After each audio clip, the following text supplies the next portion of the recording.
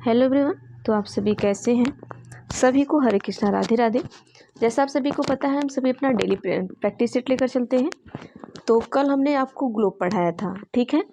तो ग्लोब से हम आपको चैप्टर 3 आपका भूगोल का और ये आपका एसएसटी का प्रैक्टिस सेट चल रहा है और हम सभी चैप्टर वाइज अपना प्रैक्टिस सेट लेकर चल रहे हैं ताकि जितने भी चैप्टर में आपके 2011 से लेकर 2024 तक जितने भी क्वेश्चन हम सभी कवर करेंगे और टोटल जितना आपका एसएसटी उसमें आपके 2011 से लेकर 2024 तक जितने भी इतिहास, भूगोल और पेडागोजी मिला के लगभग आपके पूरा 3000 या 3500 तक आपके हैं, ठीक है। 3500 तक क्वेश्चन है तो उसको हम सॉल्व करेंगे। एग्जाम से पहले हम उसे पूरा कंप्लीट करने की कोशिश करेंगे।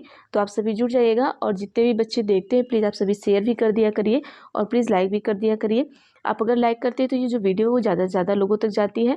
तो कल हमने क्वेश्चन नंबर 40 तक पढ़ा था, थोड़ा तबीयत ना ठीक होने की वजह से हमने आगे के क्वेश्चन छोड़ दिए थे। तो ग्लोब में आपके 99 है, तो बाकी जो आज के आपके 39 क्वेश्चन बचे हुए हैं उसे हम कवर करेंगे। फिर कल हम दूसरा चैप्टर लेकर चलेंगे। प्राकृतिक संसाधन शायद कल रहेगा, फिर उसके बाद जल, वायु, ये सारी चीज़ें रहेंगी।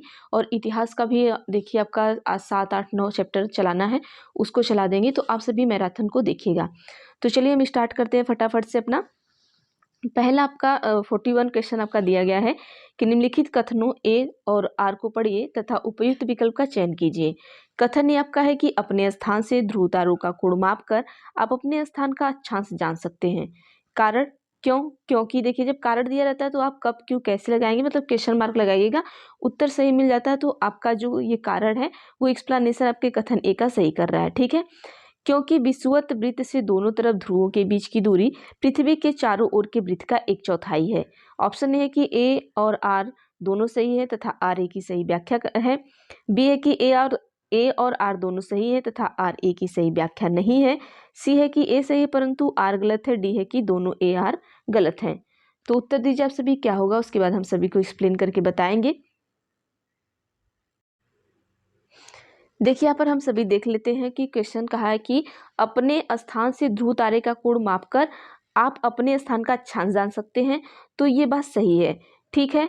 तो जो हमारा ए होगा वो सही होगा और आर भी हमारा सही होगा। आर में भी सही कर रहा है कि विषुवत वृत्त से दोनों तरफ ध्रुवों के बीच की दूरी पृथ्वी के चारों ओर के वृत्त का 1/4 है। तो ये भी बात सही है, लेकिन ये अगर ये क्वेश्चन हमारा है तो ये इसका उत्तर नहीं दे रहा है, ठीक है। तो यहाँ पर आर ए की सही व्याख्या नहीं कर रहा, लेकिन दोनों सही हैं लेकिन व्याख्या नहीं कर रहे हैं।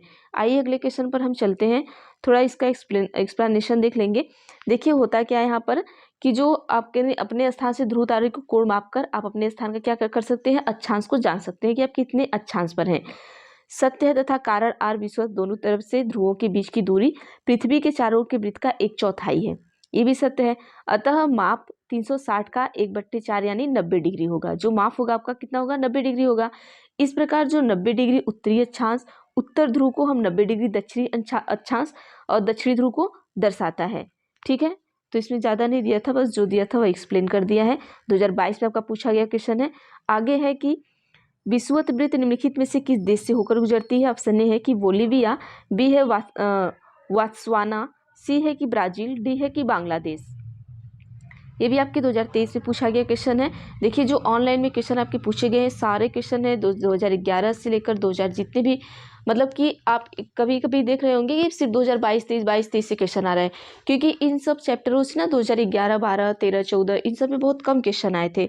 तो कितना एक ही पेपर बनता था, उसके बाद से जब ऑनलाइन पेपर हुआ तो इन्हें ना क्वेश्चन का बहुत भरमार मिल गया और ये अब आपको कहीं से भी क्वेश्चन उठा के दे रहे हैं, तो सीटेट अब थोड़ा मुश्किल हो गया है। चलिए उत्तर दीजिएगा क्या होगा। आइए उत्तर देख लेते हैं क्या है हमारा। उत्तर आपका 42 में होगा, ऑप्शन नंबर सी। थोड़ा इसके बारे में हम जानेंगे आखिर है क्या। मतलब यहाँ पर आपका आ जाएगा ब्राजील। देखिए जो ब्राजील देश है वो विषुवत रेखा गुजरती है पृथ्वी के ग्लोब पर 0 अंश के अक्षांश का विषुवत रेखा और भूमध्य रेखा कहा जाता है, ठीक है। किसको? 0 के अक्षांश को क्या कहेंगे, विषुवत रेखा या भूमध्य रेखा कहेंगे। अब विषुवत रेखा के उत्तर भाग को क्या कहेंगे, उत्तरी गोलार्ध, और दक्षिण भाग को क्या कहेंगे, दक्षिणी गोलार्ध कहेंगे। अब देखिए विषुवत रेखा साओ टोम और प्रिंसी, गोबन, कांगोगढ़ राज्य और लोकतांत्रिक गणराज्य युगांडा, केन्या, सोमालिया महाद्वीप, Indonesia, Kiribati, Ecuador, Colombia, Brazil देशों से होकर यह गुजरती है। तो इसको थोड़ा सा एक बार पढ़ लीजिएगा, इतना याद तो नहीं होता है, पर 2 से 3 बार इसको पढ़ लेंगे कि कहाँ से विषुवत रेखा होकर गुजरती है तो आपको याद हो जाएगा। और नोट में आप देख लीजिएगा कि जो विषुवत रेखा है, विषुवत रेखा, कर्क रेखा और मकर रेखा तीनों कहाँ से होकर गुजरती है? आपके अफ्रीका महाद्वीप से। तो ये क्वेश्चन पूछ सकता है कि जो विषुवत रेखा है, कर्क रेखा और मकर रेखा है, ये तीनों कहाँ से होकर गुजरती थी? तीनों कहाँ से? अफ्रीका महाद्वीप से। अगले क्वेश्चन पर चलते हैं। क्वेश्चन नंबर आपका आ जाएगा 42 के बाद 43। चलिए 43 में कि अक्षांशों के बारे में दिए गए कथनों पर विचार कीजिए। अक्षांश के बारे में क्वेश्चन पूछा है। कथन है कि विषुवत वृत्त वह अक्षांश रेखा है जो ग्लोब को 2 बराबर भागों में विभाजित करती है। कथन भी है कि किसी स्थान विशेष के स्थानीय समय के निर्धारण में अक्षांशों की महत्वपूर्ण भूमिका होती है। ऑप्शन है कि केवल कथन ए सही है, बी है कि केवल बी सही है, सी है कि ए बी दोनों सही है, डी है कि न तो ए सही है न ही बी सही है। तो अब अक्षांश के बारे में दिया गया है, 2023 में पूछा गया क्वेश्चन है। तो देखिए यहाँ पर हमारा जो ऑप्शन नंबर ए होगा बिल्कुल सही होगा कि जो हमारा विषुवत वृत्त है वो अक्षांश रेखा जो ग्लोब के 2 बराबर भागों में, ग्लोब को क्या करती है? 2 बराबर भागों में विभाजित करती है। ठीक है, तो ए वाला सही है, लेकिन ये जो बी कह रहा है वो गलत है। आगे चलते हैं अगले क्वेश्चन पर।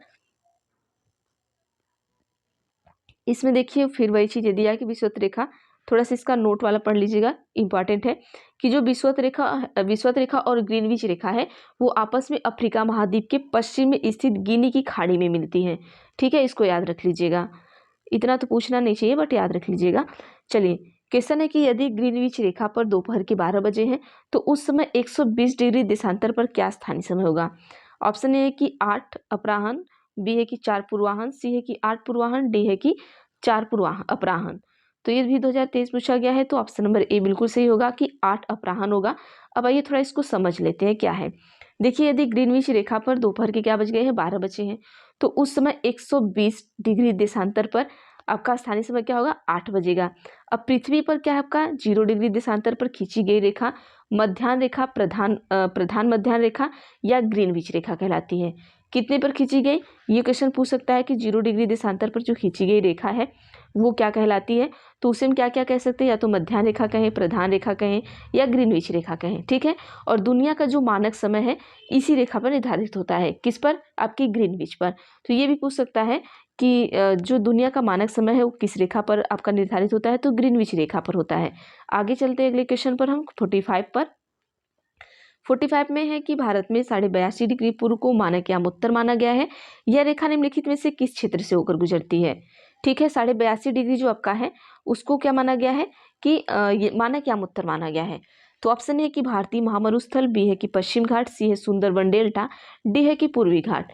तो किस क्षेत्र से होकर गुजरती है? तो आइए उत्तर हम देखते हैं। ये भी 2023 में ही पूछा गया क्वेश्चन आपका है। अब आइए इसके बारे में थोड़ा जान लेते हैं। अब देखिए जैसे हमारा जो भारत का 82.5 डिग्री पूर्व का मानक एवं उत्तर रेखा है, तो उसको हम इसे क्या मानते हैं? मानक एवं उत्तर रेखा मानते हैं 82.5 डिग्री पूर्व को। ठीक है, अब यह रेखा पूर्वी घाट से होकर गुजरती है। ये याद रखिएगा कहाँ से होकर गुजरती है? तो ऑप्शन नंबर डी से होगा कि पूर्वी घाट से होकर गुजरती है। अब देखिए जो भारतीय मानक समय रेखा है भारत के कितने राज्य से होकर गुजरती है? 5 राज्य से। ठीक है, भारतीय मानक समय रेखा 5 राज्य से गुजरती है। वो राज्य कौन कौन से? कल भी मैंने आपको बताया था, आज भी जान लीजिए। आपका उत्तर प्रदेश हो गया, मध्य प्रदेश हो गया, छत्तीसगढ़ हो गया, उड़ीसा हो गया, आंध्र प्रदेश हो गया। ये 5 राज्य ऐसे हैं जहाँ से हमारा जो भारतीय मानक समय रेखा है वो गुजरता है। और भारतीय मानक समय रेखा हमारा किस पर निर्धारित करता है? तो हमारे ग्रीनविच रेखा पर। ठीक है, आगे चलते हैं।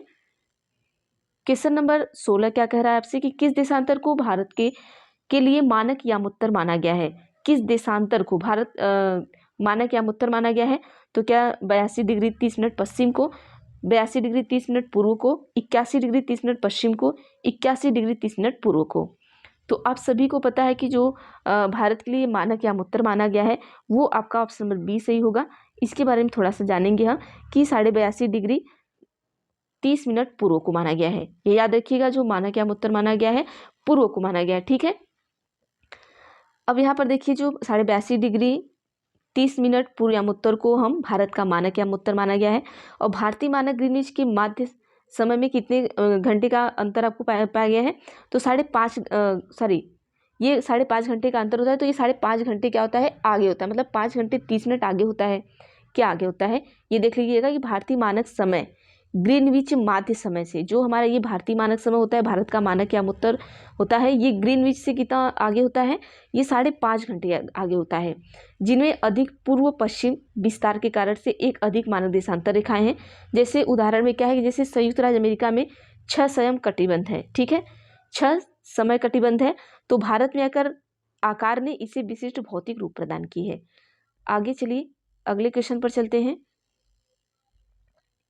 क्वेश्चन नंबर 47 आपका है कि निम्नलिखित में से कौन सा कथन एंडीज पर्वत और ग्रेट डिवाइडिंग रेंज से संबंधित है। ये एंडीज पर्वत के बारे में पूछ रहा है। देखिए ये इतना टफ क्वेश्चन दिया है कि इतना टफ क्वेश्चन तो आपको शिक्षक भर्ती में भी नहीं पूछता है। तो देखिए ऑप्शन ए है कि विषुवत रेखा इन दोनों क्षेत्रों से होकर गुजरती है, बी है कि मकर रेखा इन दोनों क्षेत्रों से होकर गुजरती है, सी है कि दोनों एक ही समय क्षेत्र में अवस्थित है, डी है कि दोनों महाद्वीप के पूर्वी भाग में अवस्थित हैं। तो देखिए कौन सा कथन एंडीज पर्वत और ग्रेट डिवाइडिंग रेंज से संबंधित है, मतलब कि इनमें से कौन सा है। तो ये भी देखिए 2023 का पूछा गया क्वेश्चन है। आइए हम उत्तर देखते हैं कि होगा क्या। आइए देखते हैं, जो हमारा मकर रेखा है इन दोनों क्षेत्रों से होकर गुजरता है, तो ऑप्शन नंबर जो बी होगा उसको हम सही करेंगे। तो आइए यहाँ पर देखिए, जो हमारा विषुवत रेखा एंडीज पर्वत है और ग्रेट डिवाइडिंग से होकर क्या होता है, गुजरती है। और दक्षिण अमेरिका का अधिकांश भाग हमारा दक्षिण गोलार्ध में स्थित है, ये याद रखिएगा। और विश्व की सबसे लंबी पर्वत श्रृंखला हमारा क्या है, एंडीज, और इसके उत्तर से दक्षिण की ओर फैली हुई है, ठीक है। अब देखिए यहाँ पर होता है क्या कि दक्षिण अमेरिका में विश्व की सबसे बड़ी नदी कौन सी है, अमेजन नदी, वो वहाँ पर बहती है, कहाँ पर, दक्षिण अमेरिका में। और जो ग्रेट डिवाइडिंग रेंज श्रेणी है वो ऑस्ट्रेलिया महाद्वीप में है, इसको याद रखिएगा। ये कहाँ पर है आपका, जो हमारा ग्रेट डिवाइडिंग रेंज श्रेणी है ये ऑस्ट्रेलिया महाद्वीप में है। और ऑस्ट्रेलिया महाद्वीप से क्या होकर गुजरता है, अभी हमने बताया था। तो ऑस्ट्रेलिया महाद्वीप से आपकी मकर रेखा होकर गुजरती है, अभी हमने जस्ट आपको बताया है। अब देखिए मकर रेखा जो आपकी है, पूरा पढ़ेंगे। मकर रेखा जो है वो दक्षिण अमेरिका, अफ्रीका, ऑस्ट्रेलिया महाद्वीप से होकर गुजरती है। कहाँ कहाँ से, आपके दक्षिण अमेरिका हो गया, अफ्रीका हो गया और ऑस्ट्रेलिया हो गया। अब नोट में थोड़ा सा ये देख लीजिएगा कि अफ्रीका महाद्वीप से 3 रेखा, अभी हमने आपको बताया था कि अफ्रीका महाद्वीप से कौन कौन सी रेखा गुजरती है, तो 3 रेखा गुजरती है, मकर रेखा, विषुवत रेखा और कौन सी रेखा आपकी एक थी, कर्क रेखा थी, ठीक है। तो ये तीनों रेखाएं कहाँ से होकर गुजरती है, अफ्रीका महाद्वीप से होकर गुजरती हैं। बाकी मकर रेखा और कहाँ से गुजरती है, दक्षिण अमेरिका से गुजरती है और ऑस्ट्रेलिया से भी गुजरती है। आगे क्वेश्चन पर चलते हैं हम, 48 में देख लेते हैं। देखिए 48 में कहा गया है कि ग्लोब किसी एक देश के बारे में मानचित्र की अपेक्षा ज़्यादा जानकारी देता है। ऑप्शन बी में कहा गया कि बड़े क्षेत्र वाले भागों जैसे महाद्वीपों या देशों को छोटे पैमाने वाले मानचित्र पर दर्शाया जाता है। ऑप्शन सी है कि मानचित्र पर पठारों को दर्शाने के लिए केवल लाल रंग का इस्तेमाल किया जाता है। उपरोक्त कथन में से कौन सा सही है, आपको चुनना है। ऑप्शन ए है कि केवल ए, बी है केवल बी, सी है केवल ए और बी, और डी है कि केवल डी है कि बी और सी। तो उत्तर दीजिए क्या होगा आप सभी का, 48 का। अब यहाँ पर आइए, हमारा ऑप्शन नंबर बी बिल्कुल सही होगा कि केवल बी। अब ये किस तरीके से हम देख लेते हैं यहाँ पर थोड़ा सा देखिए, बड़े क्षेत्र वाले भाग जैसे महाद्वीप देशों को छोटे पैमाने वाले मानचित्र पर दर्शाया जाता है, तो ये बिल्कुल बात सही है कि छोटे पैमाने वाले मानचित्र पर दर्शाएंगे। लेकिन ग्लोब किसी देश के बारे में मानचित्र की अपेक्षा ज़्यादा जानकारी दे देगा, ये बिल्कुल नहीं, ये गलत बात है। और मानचित्र पर पठार को दर्शाने के लिए केवल लाल रंग का बिल्कुल नहीं, अलग अलग कलर का हम उपयोग करते हैं, तो ये गलत हो गया। तो ऑप्शन नंबर जो हमारा बी होगा बिल्कुल सही होगा। अब यहाँ पर आप देख लीजिए, तो देखिए यहाँ पर थोड़ा सा हम देख लेते हैं वो रंग वाला। देखिए कि प्रतीक के रूप में विभिन्न रंग का प्रयोग दिया जाता है। उदाहरण के लिए जैसे आपका नीले रंग का इस्तेमाल किसके लिए किया जाता है, जलाशय के लिए किया जाता है वहाँ पर, अगर आप मैप देखेंगे। और भूरे रंग का पर्वत के लिए करते हैं, ये भी याद रख लीजिएगा, पूछ देता है कभी कभी कि जो नीला रंग है उस किसके लिए करते हैं, सिंबल किसका है, और भूरा रंग है किसका है, पीला रंग जो है वो पठार के लिए करते हैं, और हरा रंग मैदान को दर्शाने के लिए करते हैं। तो इतना इसको याद रख लीजिएगा, ठीक है। आगे चलते हैं नेक्स्ट क्वेश्चन पर हम 49 पर। 49 में आपसे क्या कहना चाह रहा है कि निम्नलिखित कथनों को पढ़िए तथा सही विकल्प का चुनाव कीजिए। एक सेकेंड, आपको आवाज़ थोड़ा स्लो आ रही होगी, माइक को हम थोड़ा आगे रख के करते हैं तो ज़्यादा अच्छी आवाज़ आएगी, क्योंकि हम थोड़ा बोल स्लो रहे हैं ना, तो आपको आवाज़, तबीयत ना ठीक होने की वजह से आपकी आवाज़ थोड़ा चेंज हो गई होगी, एडजस्ट कर लीजिएगा आप सभी थोड़ा। चलिए 49 पे हम सभी चलते हैं कि निम्नलिखित कथनों को पढ़िए तथा सही विकल्प का चुनाव कीजिए। ऑप्शन ए है आपका कि पृथ्वी पर स्थानों को अवस्थित करने में विषुवत वृत्त एक महत्वपूर्ण संदर्भ बिंदु है। ऑप्शन बी है कि अपने स्थान से ध्रुव तारों का कोण मापकर कोई व्यक्ति अपने विशेष अपने स्थान का अक्षांश जान सकते हैं। ऑप्शन ए है कि ए और बी दोनों सही है, बी है कि ए और बी दोनों गलत है, सी है कि ए सही है लेकिन बी गलत है, डी है कि ए गलत है लेकिन बी सही है। तो उत्तर दीजिए क्या होगा आप सभी। देखिए आप सभी का जो मैराथन क्लासेस अगर हम कहें तो आपको देंगे। भले तबीयत खराब थी तो फिर भी हमने कल आपको मैराथन क्लासेस दिया और आज भी हम सोच रहे हैं। और मैं सोचती हूँ कि जैसे एसएसटी वाले बच्चे, तो यहाँ पे बहुत ऐसे बच्चे होंगे जो आपके साइंस वाले बच्चे होंगे, तो उन्हें जो सीडीपी है उनकी भी मैराथन चाहिए। तो सीडीपी का भी हम करा नहीं पा रहे हैं, जैसे हिंदी हो गया, सीडीपी हो गया, तो ये सारी चीज़ें। और उन्हें कहे थे ईवीएस का कराने के लिए, और ईवीएस की पीडीएफ हमने बना ली, बस करवाना है। देखते जैसे जैसे टाइम मिलेगा हम सभी को करवाते जाएंगे, ठीक है। तो चलिए यहाँ पर 49 का हम उत्तर देख लेते हैं। और इनमें से बहुत सारे ऐसे बच्चे होंगे जो 1 to 5 का भी दे रहे हैं तो उन्हें ईवीएस चाहिए। तो ईवीएस का हम एक दिन आपको पूरा 3 to 5 तक, मतलब 3, 4 और 5, ये तीनों क्लासेस के जितने भी आपके एनसीईआरटी है उसको हम कवर कर देंगे एक दिन में, और एक वीडियो में आप उसको देख के जाइएगा। वहीं से जितने भी क्वेश्चन फंसने रहेंगे 15 नंबर का, वहाँ से आपको फंस सकता है, ठीक है। तो चलिए यहाँ पर हम देखते हैं ऑप्शन नंबर जो बी हमारा होगा वो बिल्कुल सही हो जाएगा, सॉरी ऑप्शन नंबर ए जो होगा वो बिल्कुल सही हो जाएगा। ए को सही कर लीजिएगा, ठीक है।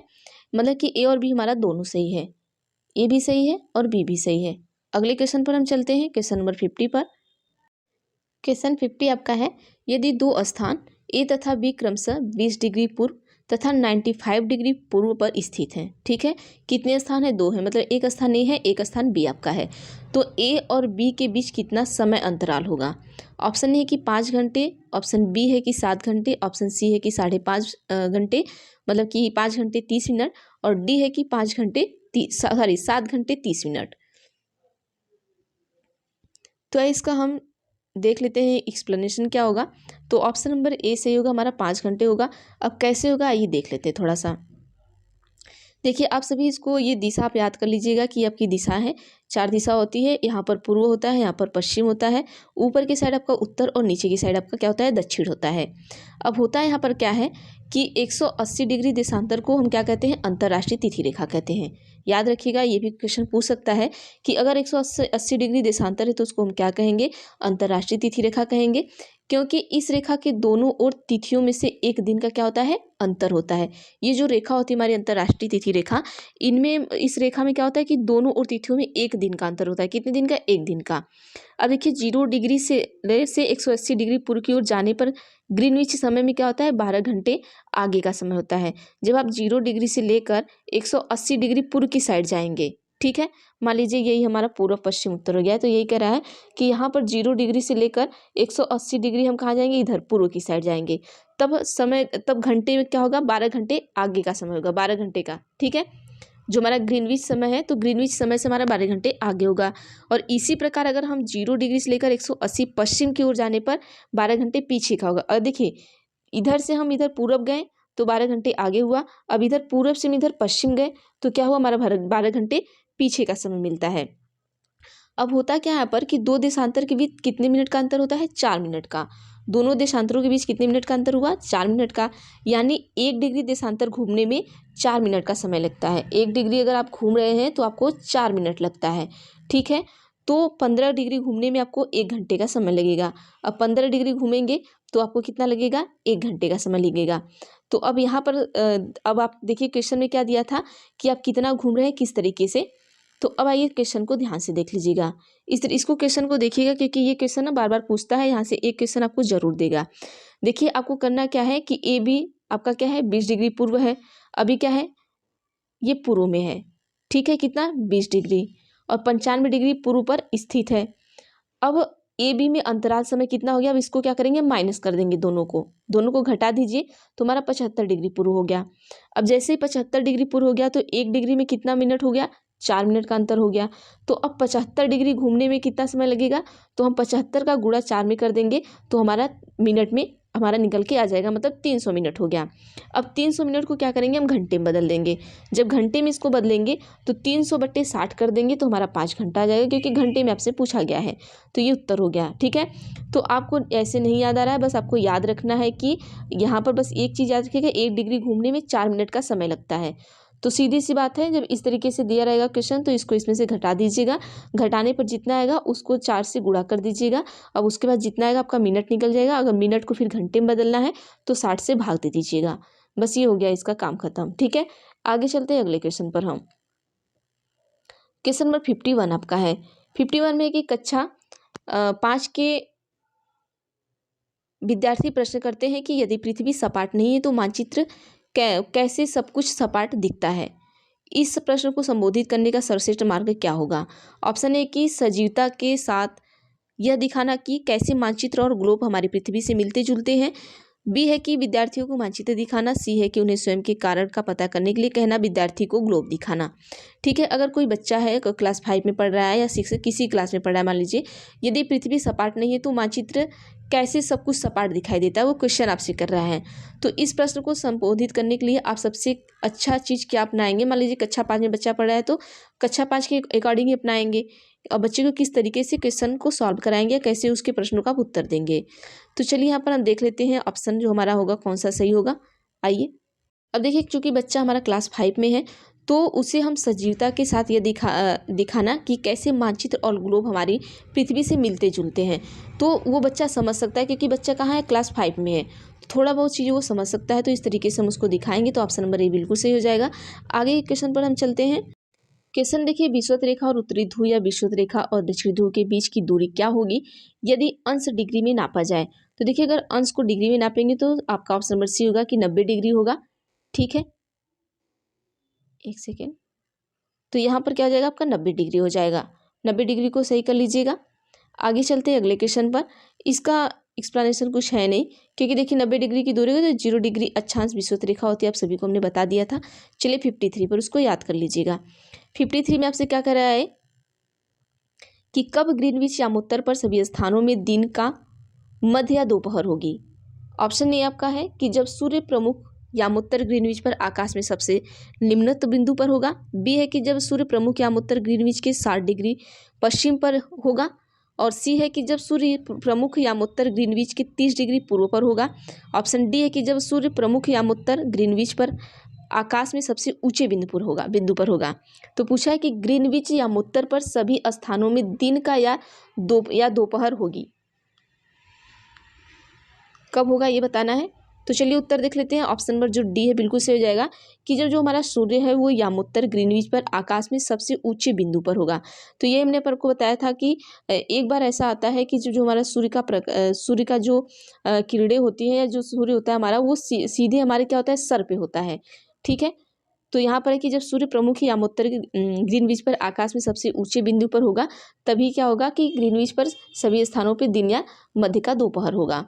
आगे चलते हैं अगले क्वेश्चन पर। हम यहाँ पर एक्सप्लेनेशन में कुछ दिया नहीं है तो आइए अगला क्वेश्चन ही देख सकते हैं हम।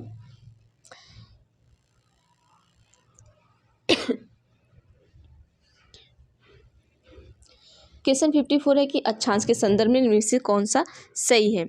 ऑप्शन है कि अक्षांश एक काल्पनिक वृत्ताकार रेखा है जिसकी त्रिज्या विविध है। ऑप्शन बी है कि अक्षांश समय की पहचान करने के लिए अति महत्वपूर्ण है। ऑप्शन सी है कि अक्षांशों को अंश में मापा जाता है। ऑप्शन डी है कि विषुवत वृत्त से दोनों तरफ ध्रुवों के बीच की दूरी पृथ्वी के चारों ओर के वृत्त की 1/4 है। तो इनमें संकेतों का प्रयोग करते हुए उत्तर का चयन करना आपको। तो ऑप्शन ए है कि ABC, बी है कि BCD, सी है कि ACD और डी है कि ABD। तो देखिए आप सभी उत्तर क्या होगा। 2022 में पूछा गया क्वेश्चन आपसे है। तो आइए यहाँ पर देख लेते हैं। हमारा ऑप्शन नंबर जो ए है कि अक्षांश एक काल्पनिक वृत्ताकार रेखा है, तो ये सही बात है। और जिसकी त्रिज्या विविध है, ये भी सही बात है, जो हमारा अक्षांश होता है। और उसके बाद आइए हम यहाँ पर सी में देख लेते हैं, बी में देखते हैं कि अक्षांश समय की पहचान करने के लिए अति महत्वपूर्ण है। बिल्कुल नहीं, समय की पहचान ये नहीं कराता है। सी में देखते हैं कि अक्षांशों को अंश में मापते हैं, तो ये भी सही बात है हमारा। ऑप्शन डी देख लेते हैं कि विषुवत वृत्त में दोनों तरफ ध्रुवों के बीच की दूरी पृथ्वी के चारों ओर के वृत्त की 1/4 है, तो ये भी सही बात है। तो ऑप्शन नंबर जो सी है वो बिल्कुल सही हो जाएगा। आगे के क्वेश्चन पर चलते हैं। 54 के बाद हम 55 पर चलते हैं। क्वेश्चन है कि कर्क रेखा निम्नलिखित में से कौन से क्षेत्र से होकर गुजरती है। तो आप सभी को पता है कि वो विंध्य की जो श्रृंखला होती है वहां से होकर गुजरती है, तो बी को सही कर लीजिएगा। इसका एक्सप्लेनेशन हम थोड़ा देखेंगे, आइए थोड़ा सा देख लेते हैं। देखिए यहाँ पर होता क्या है कि भारत में कुल 8 राज्यों, एक सेकेंड यहाँ से नहीं देखेंगे। देखिए यहाँ पर देखिए जो हमारी कर्क रेखा होती है, ठीक है, कर्क रेखा क्या होती है, भारत के मध्य से होकर गुजरती है। याद रखिएगा कहाँ से होकर गुजरती है, भारत के मध्य से होकर गुजरती है। और ये भारत के कुल 8 राज्य, आपका क्या हो गया, गुजरात, राजस्थान, मध्य प्रदेश, छत्तीसगढ़, झारखंड, पश्चिम बंगाल, त्रिपुरा, मिजोरम से होकर गुजरती है।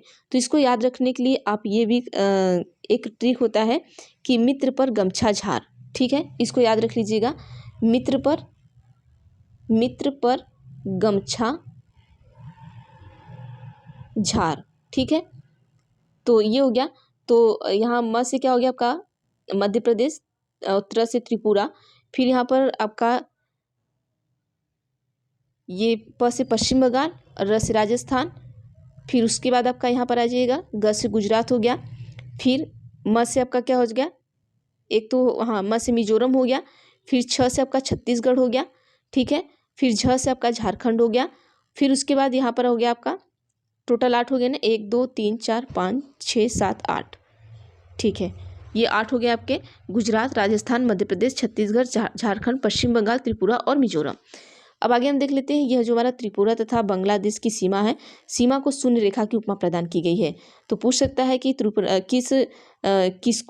किसकी सीमा को शून्य रेखा की उपमा प्रदान की गई, तो त्रिपुरा और बांग्लादेश की। आगे चलते हैं अगले क्वेश्चन पर। हम क्वेश्चन है कि भारत ग्रीनविच के पूर्व मतलब 82 डिग्री 30 मिनट पूर्व में स्थित है। जब लंदन में शाम के 4 बजे होंगे तब भारत में क्या समय होगा। तो देखिए ऑप्शन ए है कि सुबह के 9:30 बजे होंगे, शाम के 9:30 बजे होंगे, सुबह के 10:30 बजे होंगे, शाम के 10:30 बजे होंगे। अब उत्तर बताइएगा। तो यहाँ पर देखिए क्या होता है कि जब ग्रीनविच में 82 डिग्री 30 मिनट पूर्व में स्थित है हमारा भारत, तो यहाँ पर जब हम लंदन में देखेंगे 4 बजे, तो आपके शाम का 9:30 बजेगा। याद रखिएगा शाम का क्या बजेगा, 9:30 बजेगा। अब क्योंकि वहाँ पर क्या होता है ना कि 5.5 घंटा जो समय होता है वो आगे होता है, तो 5.5 घंटा समय आगे होता है। देखिए इसको थोड़ा समझा देते हैं ताकि आप कंफ्यूज ना रहे।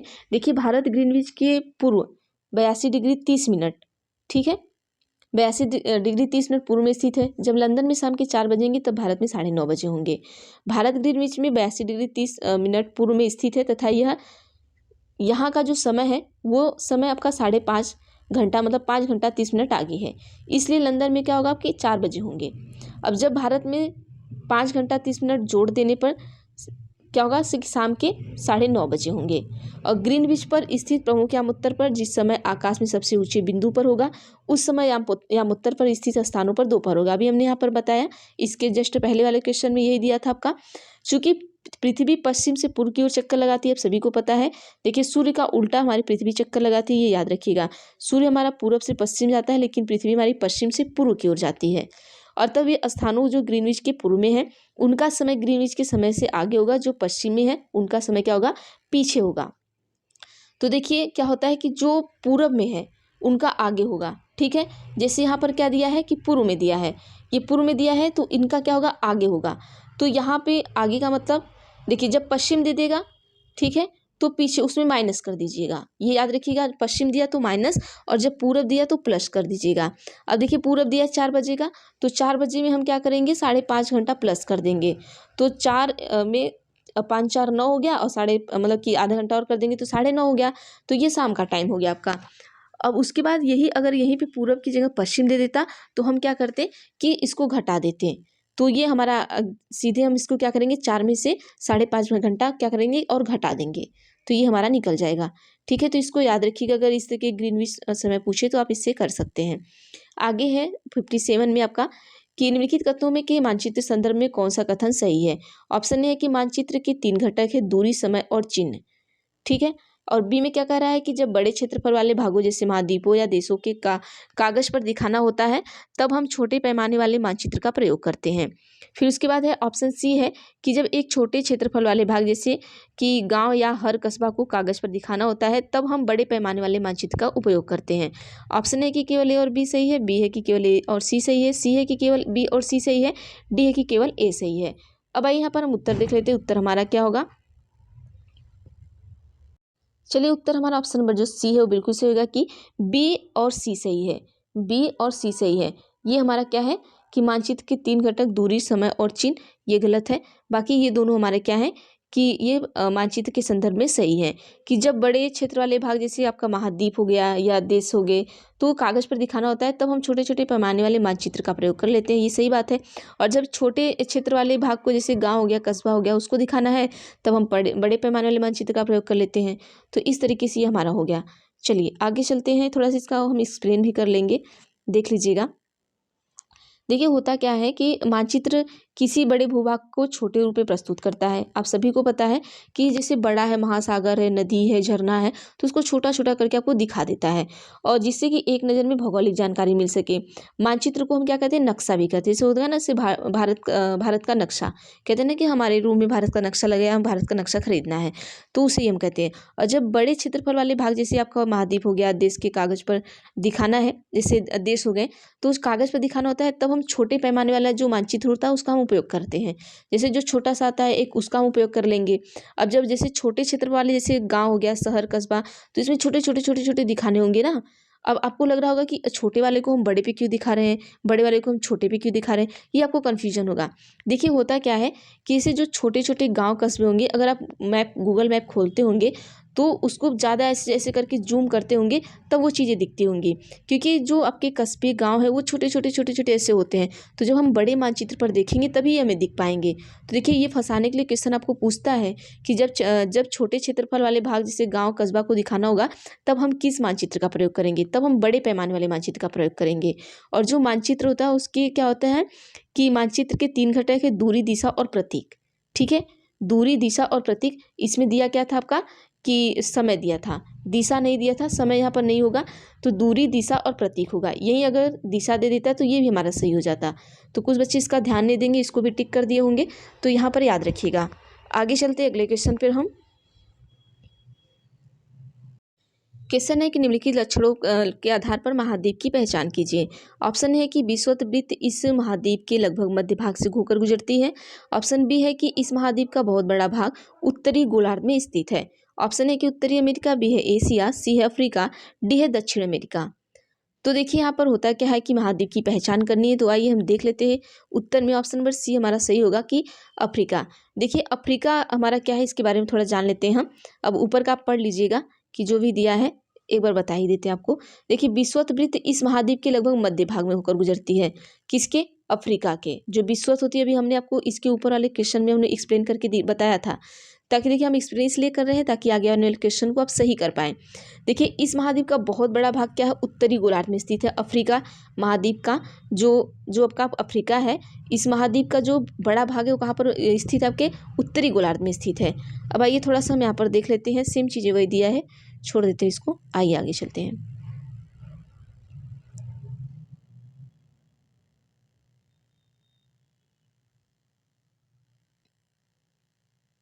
इसका आप सभी ने स्क्रीनशॉट ले लीजिए और इसको एक बार पढ़ लीजिएगा, ठीक है, क्योंकि थोड़ी नदियाँ वगैरह इसमें इंपॉर्टेंट है। जैसे विश्व के कुल क्षेत्रफल का 20.2% भाग पर यह महाद्वीप फैला है। कांगो मतलब जायरी नदी विषुवत रेखा को 2 बार काटती है।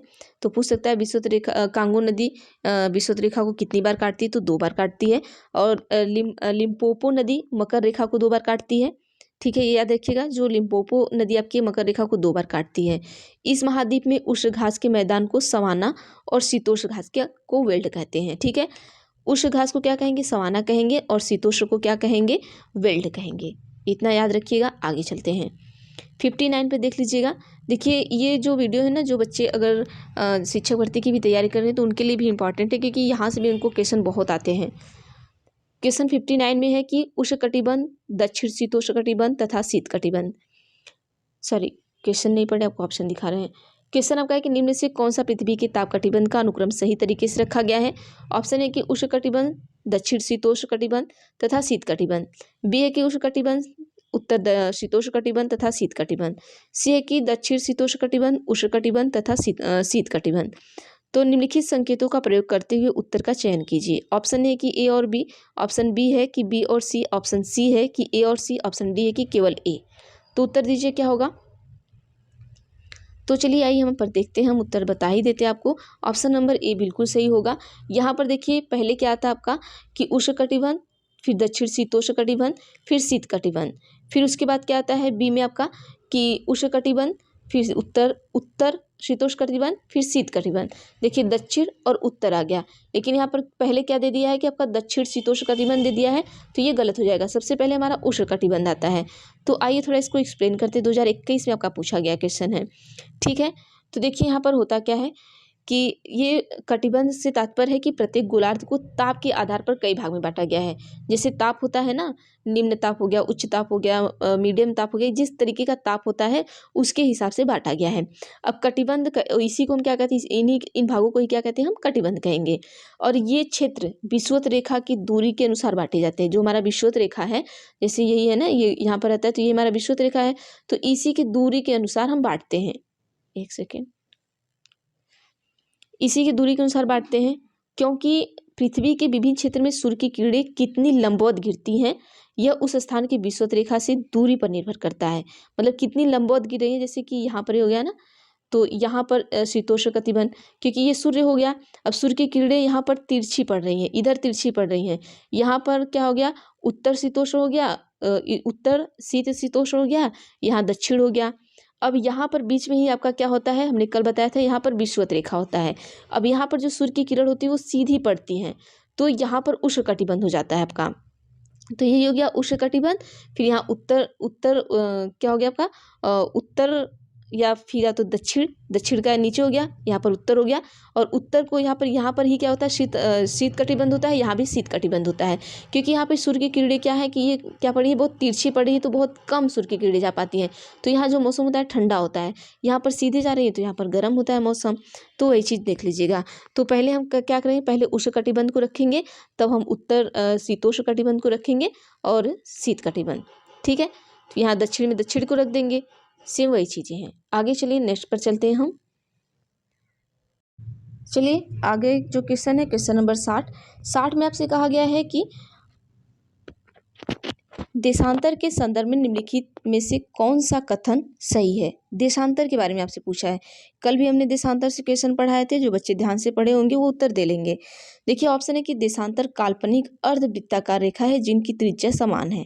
बी है कि प्रमुख यामोत्तर पृथ्वी को 2 बराबर हिस्सों में विभाजित करती है, उत्तरी गोलार्ध एवं दक्षिणी गोलार्ध। सी है कि 180 डिग्री पूर्व में एवं 180 डिग्री पश्चिम यामोत्तर ग्लोब पर एक दूसरे के विपरीत हैं।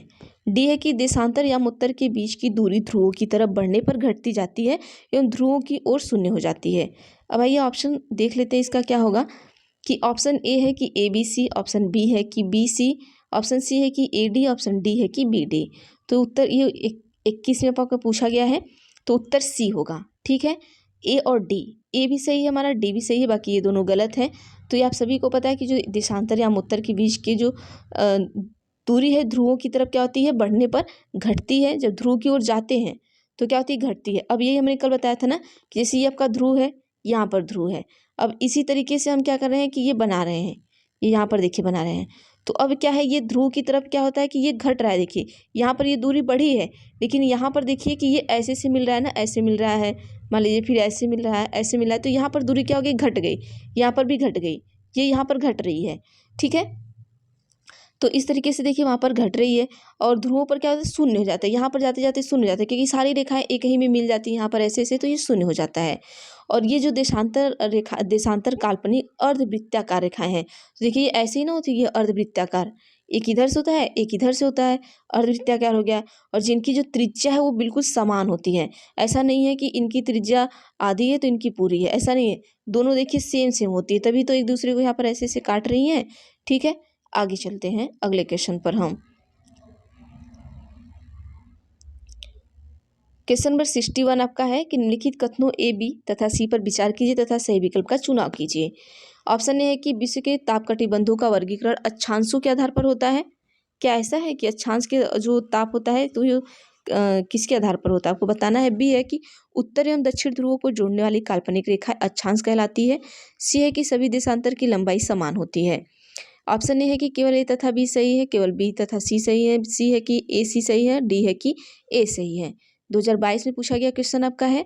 चलिए आइए देखते हैं यहाँ पर ऑप्शन नंबर जो हमारा सी होगा बिल्कुल सही होगा कि ए और सी सही है। अब देखिए होता क्या है, ए सही है और सी सही है। देखिए जो विश्व में जो ताप कटिबंध होते हैं, अगर उनका हम वर्गीकरण करें तो वो अक्षांश के आधार पर ही करते हैं। जैसे ताप कटिबंध में उष्ण कटिबंध हो गया, शीतोष्ण कटिबंध हो गया, मतलब कि उनके आधार पर, किसके आधार पर करेंगे, हम अक्षांश के आधार पर ही करेंगे। और बाकी क्या है कि जो जितने भी देशांतर होती है, अभी हमने जस्ट अभी आपको बताया कि सभी देशांतर की जो लंबाई होती है वो समान होती है। अब इस तरीके से है तो इसकी लंबाई समान नहीं होगी, तो एक दूसरे से सही तरीके से क्या होगी, एक दूसरे से सही तरीके से कट नहीं कर पाएगी, जो भी है जिस तरीके से बनाया गया है, तो इसकी जो ये होगा समान होगा, ठीक है ना, लंबाई। बाकी बी हमारा गलत होगा, उत्तर दक्षिण ध्रुव को जोड़ने वाली काल्पनिक रेखा को अक्षांश हम नहीं कहेंगे। उत्तर और दक्षिण की ध्रुव को जोड़ने वाली रेखा को हम क्या कहते हैं, इन्हें हम देशांतर रेखाएं कहेंगे, ठीक है, जो उत्तर और दक्षिण को जोड़ रही है। देखिए अब ये हमारा उत्तर हो गया, ये हमारा दक्षिण हो गया, ठीक है। अब यहाँ से हम ये कर दिए, अब ये हमारा क्या कर रही है, ये जोड़ रही है, तो ये हमारा देशांतर है। तो वहाँ पर क्या कहा था कि अक्षांश, अक्षांश उसे हम नहीं कहेंगे, उसे हम देशांतर कहेंगे, ठीक है। तो चलिए आगे चलते हैं अगले क्वेश्चन पर। क्वेश्चन आपका है कि देशांतर के संबंध में निम्न में दो कथनों पर विचार कीजिए। ऑप्शन ए है कि सभी देशांतर याम उत्तर की लंबाई समान होती है, अभी हमने बताया ये सही बात है। प्रमुख याम उत्तर का मान 180 डिग्री देशांतर होता है, और सही उत्तर का चयन करें। तो ये तो हमने आपको बताया कि प्रमुख देशांतर का जो मान होता है वो क्या होता है, कितना होता है, तो वो 180 न होकर कितना होता है ये देख लेते हैं। तो यहाँ पर ऑप्शन ए सही होगा, ठीक है। अब इसको थोड़ा हम देखेंगे कि कितना होता है। देखिए उत्तर दक्षिण ध्रुव को मिलाने वाली काल्पनिक रेखा को हम देशांतर रेखा कहते हैं। ये हो गया उत्तर, ये हो गया दक्षिण, इसी की जो रेखा मिला रही है इसी को हम क्या कहते हैं कि काल्पनिक रेखा को देशांतर रेखा कहते हैं। अब 0 डिग्री को प्रधान देशांतर रेखा कहा जाता है। यहाँ पर 0 डिग्री है, इसको प्रधान देशांतर रेखा कहेंगे। अब होता क्या है कि प्रधान यामोत्तर रेखा इंग्लैंड के ग्रीनविच वेधशाला से होकर जाती है। अब इसे क्या कहते हैं, इसीलिए इसे हम क्या कहते हैं, ग्रीनविच रेखा के नाम से भी जानते हैं। अब यहाँ पर होता क्या है कि प्रधान देशांतर रेखा पूर्व में स्थित देशांतर को पूर्वी देशांतर और पश्चिम में स्थित देशांतर को पश्चिमी देशांतर, इसको याद रखिएगा। जो प्रधान देशांतर रेखा होती है, देखिए प्रधान यामोत्तर रेखा, और यही जो है इस क्या करती है कि पूर्व में स्थित देशांतर को पूर्वी देशांतर, और जब पश्चिम में वो है तो उसको पश्चिमी देशांतर कहते हैं। अब विषुवत रेखा पर एक देशांतर से दूसरे देशांतर के बीच की जो दूरी होती है 111.321 किलोमीटर होती है। याद रखिएगा 111.321 किलोमीटर। अब देखिए दशमलव के बाद तो हम 321 कहेंगे नहीं, 321 ही कहेंगे। अब देखिए 82 डिग्री 30 मिनट पूर्वी देशांतर रेखा जो भारत के लगभग मध्य से गुजरती है। ये याद रखिएगा, जो पूर्वी देशांतर रेखा है कहाँ से गुजरती है, भारत के लगभग मध्य से गुजरती है।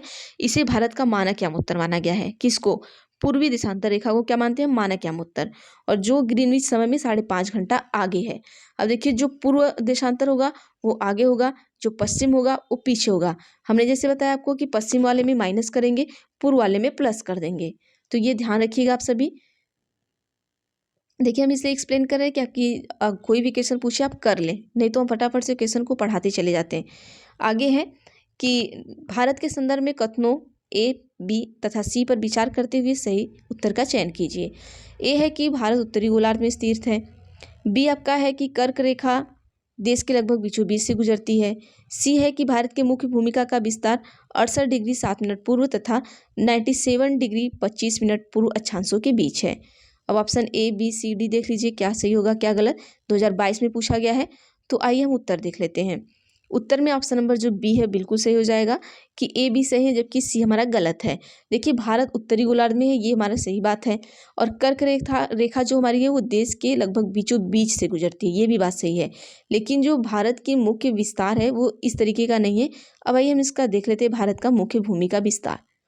ठीक है, दो चीज़ें तो सही हो गई, लेकिन भारत की मुख्य भूमि का जो विस्तार आपका है वो क्या होगा कि दक्षिण से उत्तर की ओर भारत की मुख्य भूमि का विस्तार 8 डिग्री 4 मिनट उत्तर तथा 37 डिग्री 6 मिनट उत्तरी अक्षांशों के बीच है। ये याद रखिएगा, ये आपका ये हो गया यहाँ पर, यहाँ ये हो गया, ठीक है।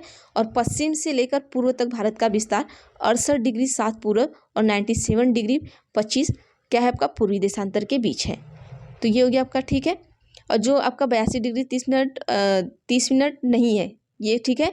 और ये जो 82 डिग्री 30 मिनट पूर्वी देशांतर के स्थानीय मानक को हम क्या कहेंगे, मानक समय माना गया है, न कि आपका इस तरीके का मानक समय माना गया है, न कि आपको अक्षांश या कुछ इस तरीके का माना गया है। तो चलिए इसको एक बार आप देख लीजिएगा। थोड़ा सा और देख लेते हैं कि भारत के उत्तर में हिमालय में ऊंचे शिखर से घिरा है। हिमालय कैसे घिरा है, ऊंचे शिखर से। और पश्चिम में अरब सागर, पूर्व में क्या आपकी बंगाल की खाड़ी है, और दक्षिण में क्या आपका हिंद महासागर है, और भारतीय महाद्वीप के तटों पर है। आगे चलते हैं अगले क्वेश्चन पर हम। Question number 64। देखिए ये थोड़ा चैप्टर टफ है, मैं मानती हूँ, ठीक है। एक सेकेंड आप सभी थोड़ा रुक जाइएगा, तो माइक थोड़ा सही कर लेते हैं।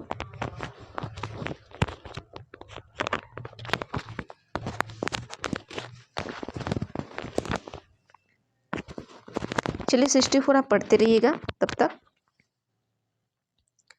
चलिए 64 में कि निम्नलिखित कथनों के आधार पर आपको ग्लोब पर किस स्थान को किस सही स्थिति निरूपित करनी है। यह अक्षांश अक्षांश पर स्थित है। इस सूचना के आधार पर आप ऑप्शन एक है कि आराम से ग्लोब पर इस स्थिति की सही स्थिति निरूपित कर सकते हैं। बी है कि पूर्व या पश्चिम अक्षांश के संकेत के साथ साथ उस जगह के देशांतर की भी आवश्यकता होगी। सी है कि उत्तरी या दक्षिणी अक्षांश के संकेत को भी आवश्यकता होगी।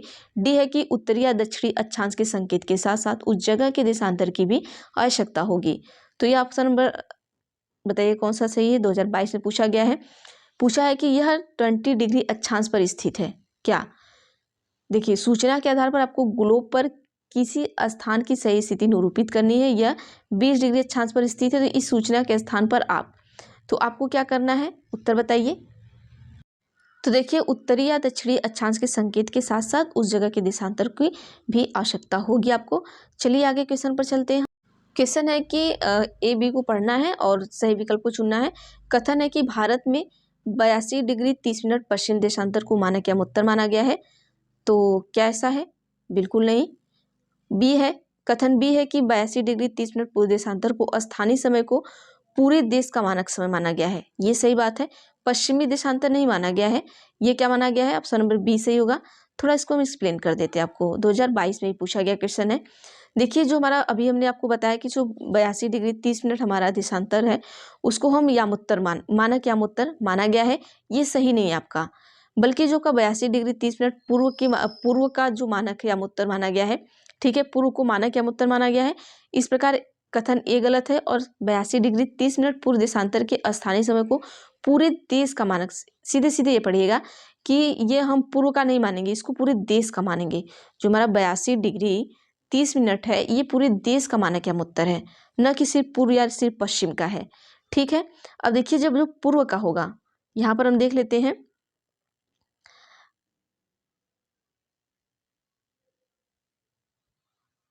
और जो हमारा भारत है वो स्थित कहाँ है, तो आपको पूर्व में स्थित है, आप सभी को पता है।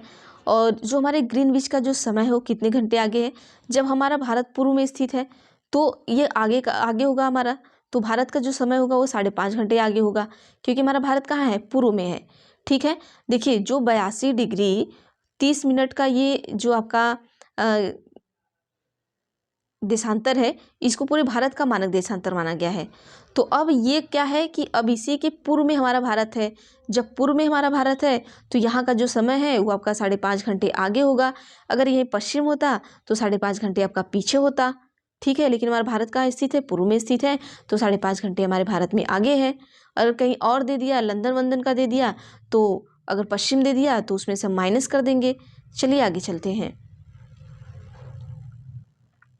क्वेश्चन आपका है 66 में कि निम्नलिखित कथनों में से कौन सा मिलान पृथ्वी के ताप कटिबंध के विषय में सही है। तो ऑप्शन ए उष्ण कटिबंध। उष्ण कटिबंध आपका कहाँ पर है, ये कहाँ पर मिलता है, आपका उत्तर ध्रुव वृत्त और उत्तर दक्षिण ध्रुव के मध्य का क्षेत्र है। शीतोष्ण कटिबंध हमारा कहाँ है, ये कर्क रेखा और मकर रेखा के मध्य का क्षेत्र है, आप सभी को पता है। और जो हमारा शीत कटिबंध है वो कहाँ पर है, ये कर्क रेखा और उत्तर ध्रुव वृत्त के मध्य का है। तो यहाँ पर ए का 3, बी का 2 और बी का 1 और सी का 2 हो जाएगा। तो ऑप्शन नंबर ए बिल्कुल सही हो जाएगा। आगे चलते हैं अगले क्वेश्चन पर। हम अपने थोड़ा सा हम इसको एक्सप्लेन कर देते हैं, आखिर उष्ण कटिबंध क्या होता है, शीतोष्ण कटिबंध क्या होता है, शीत कटिबंध क्या होता है। देखिए उष्ण कटिबंध क्या होता है कि होता क्या है कि जब कर्क रेखा और मकर रेखा के बीच सभी अक्षांश सूर्य वर्ष में एक बार दोपहर के ठीक सिर के ऊपर होता है, ठीक है। जब सिर के ऊपर सीधे होगा तो इसलिए इसे हम क्या कहेंगे, यहाँ पर होता है कि सबसे ज़्यादा गर्मी होती है, सबसे ज़्यादा उष्मा होती है, तो इसे उष्णकटिबंध कहेंगे। और शीतोष्णकटिबंध हमने अभी बताया था कि जो कर्क रेखा हमारी है, जब उत्तर ध्रुव और का मध्य क्षेत्र, मतलब शीतोष्णकटिबंध क्या है, उत्तर ध्रुव, ठीक है। उत्तर ध्रुव वृत्त के मध्य का क्षेत्र और दक्षिण गोलार्ध और दक्षिण ध्रुव वृत्त के मध्य का क्षेत्र शीतोष्णकटिबंध कहलाता है। मतलब ये दक्षिण हो गया यहाँ पर, ये उत्तर, इसके मध्य का क्या हो गया, शीतोष्ण। अब शीत कटिबंध हमारा क्या है कि उत्तरी गोलार्ध के उत्तर ध्रुव और उत्तरी ध्रुव के मध्य का जो क्षेत्र होता है वो शीत कटिबंध कहलाता है। क्योंकि यहाँ जो सूर्य होती है वो क्षितिज से ज़्यादा ऊपर नहीं आ जाता, तो इसलिए यहाँ पर क्या होता है, ठंड होता है, तो इसे शीत कटिबंध कहेंगे। ठीक है, आगे चलिए अगला क्वेश्चन पर चलते हैं। देखिए सही सुमेलित करने पर यहाँ पर क्या होगा कि यहाँ पर देखिए थोड़ा गलत भी दे दिया है कि सही सुमेलित करने पर इसका डी होगा। ठीक है, डी होगा कि ए का ए होगा, बी का 2 होगा, सी का 3 होगा। लेकिन जबकि आयोग ने इसका उत्तर ए माना है, तो अब भाई आप पढ़ेंगे तो सही पढ़ेंगे। आप ये तीनों सही है, दिया सही है कि ए का ए होगा, बी का बी होगा, सी का 3 होगा। मतलब कि उष्णकटिबंध कर्क रेखा और मकर रेखा के मध्य का क्षेत्र है। शीतोष्णकटिबंध कर्क रेखा उत्तर ध्रुव के वृत्त का क्षेत्र है और शीत कटिबंध उत्तर ध्रुव वृत्त के उत्तर ध्रुव का क्षेत्र है। लेकिन आयोग इसको ए मान दिया है, तो ये पढ़ाना है, लेकिन आप सही सही पढ़िएगा तो यहाँ पर डी लगा लीजिएगा। ठीक है, आगे चलते हैं अगले क्वेश्चन पर। हम क्वेश्चन नंबर 66 है कि ग्लोब की प्रतिदीप्ति वृत्त के संबंध में ए और बी पर विचार कीजिए और सही विकल्प का चयन कीजिए। ऑप्शन ए कि यह ग्लोब पर दिन और रात को विभाजित करता है। ऑप्शन बी है कि यह वृत्त अक्ष के साथ मिलता है। ऑप्शन ए कि ये सही है, बी गलत है। 2 है कि बी ए गलत है, बी सही है। सी है कि ए बी दोनों सही है। डी है कि ए बी दोनों गलत है। ये 2021 में पूछा गया है, तो आइए उत्तर देख लेते हैं। ऑप्शन नंबर जो ए है बिल्कुल सही कि ए सही है और बी गलत है। मतलब यह ग्लोब पर दिन और रात को विभाजित करता है कौन, जो प्रदीप्ति वृत्त होती है। और यह वृत्त अक्ष के साथ मिलता है, बिल्कुल नहीं। तो ऑप्शन नंबर जो ए है बिल्कुल सही हो जाएगा। अब थोड़ा सा हम प्रदीप्ति वृत्त के बारे में थोड़ा आपको बता देना चाहते हैं कि होता क्या है। ग्लोब पर वृत्त जो दिन और रात को विभाजित करता है वो हमारा क्या होता है, प्रदीप्ति वृत्त होता है। कोई यह पाएगा कि पृथ्वी कम से घूर्णन और प्रक्रमण के कारण दिन और रात होते हैं और ऋतुओं में परिवर्तन होते हैं। और यह वृत्त अक्ष के साथ मिलता है। एक सेकेंड, अक्ष के साथ मिलता है, यह वृत्त अक्ष के साथ मिलता है, तो फिर ये गलत कैसे हो गया।